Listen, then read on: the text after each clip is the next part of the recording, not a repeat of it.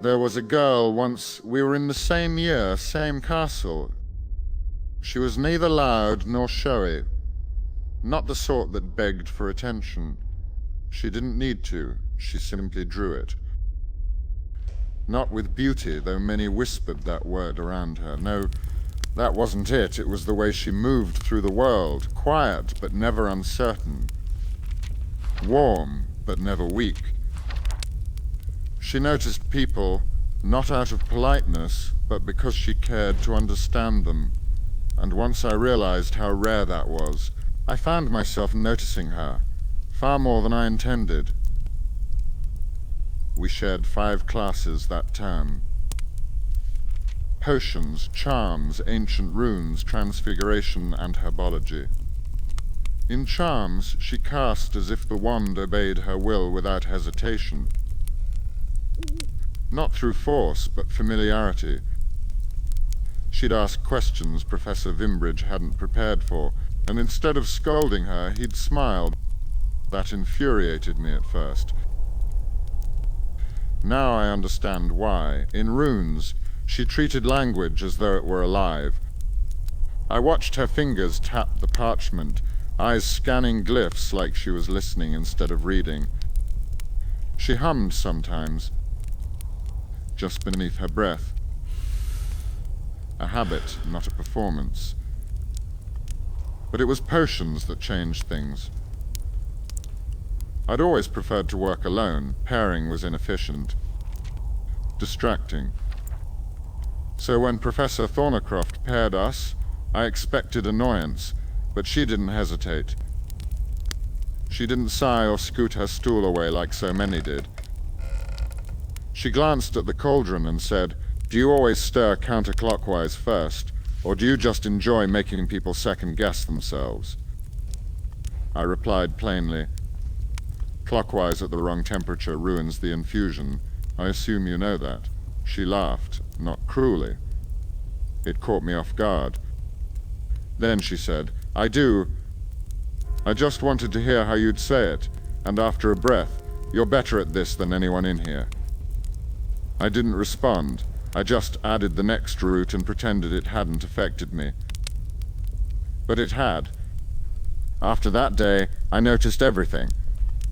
The way she stayed behind in herbology to help a first year who'd singed their sleeves, how she gave a boy back his quill, even after he'd mocked her the week before, how she always greeted Professor Edivan's cursed painting as if it was still human.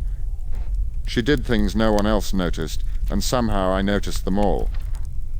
In Transfiguration, she received and exceeds expectations on an essay I knew she'd written in one night. She smiled, just briefly, and tucked the parchment into her satchel as though it meant nothing. She didn't need to be the best. She needed to be herself, and that was more powerful than any charm or curse. I remember once, in charms class, she mentioned casually that she prayed before exams. Not for answers, she said, for calm. It wasn't a sermon. It wasn't meant to convert or impress. It was just part of her, a thread in the tapestry. That explained a great deal.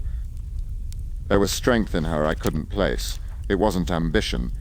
It wasn't hunger. It was something anchored, something older. She never looked at me the way I looked at her. And that's fine, I didn't expect her to. She knew my name, of course. She knew everyone's. But to her I was just the quiet Slytherin with ink-stained cuffs and too many corrections under my breath. Still, I watched. She always wrote in green ink, tied her hair up when concentrating, hummed the same 3-note pattern while working. I remembered everything, not because I meant to, but because I couldn't help it. Did I ever tell her? No.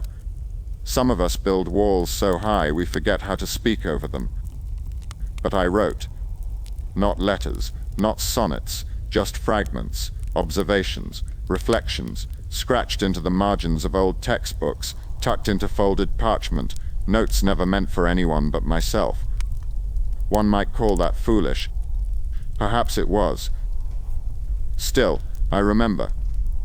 I always will. There was a night, later, near the end of 6th year. The sky split open with thunder, rain fell sideways against the stone. That night, a choice was made. A line was drawn. And she said something I have never forgotten. But that is a memory for another evening. Shall I continue next time?